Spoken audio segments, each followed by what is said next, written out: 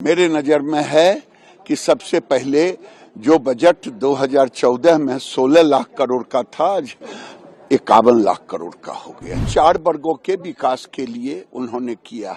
Chinese और इधर उधर के कपड़े आते थे, निटिंग का तिरुपुर हो या सूरत हो। मेरे नजर में है कि सबसे पहले जो बजट 2014 में 16 लाख करोड़ का था, आज 51 लाख करोड़ का हो गया। 3 गुना बजट में बढ़ा। ये समावेशी बजट है।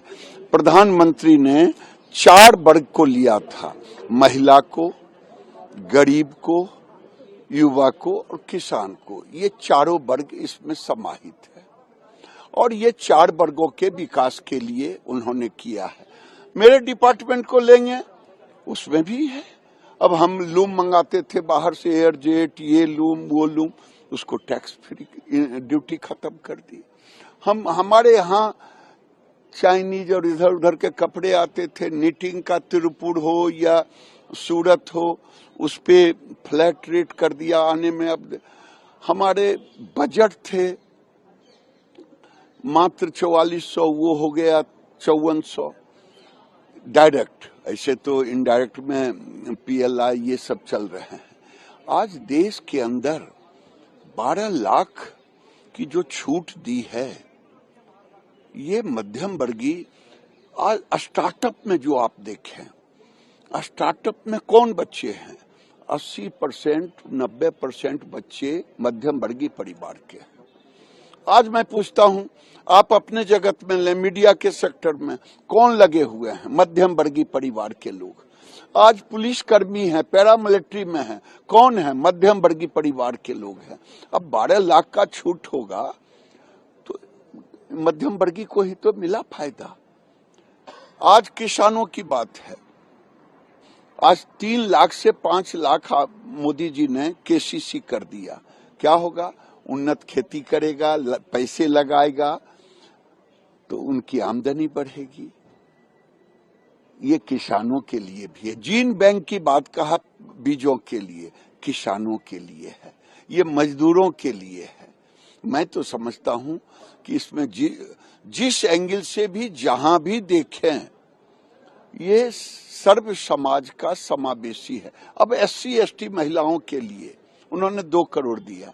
क्या आपको नफरत है? मैं पूछता हूं कांग्रेस के और विपक्ष के लोगों से कि आपको नफरत है SC ST की महिलाओं से?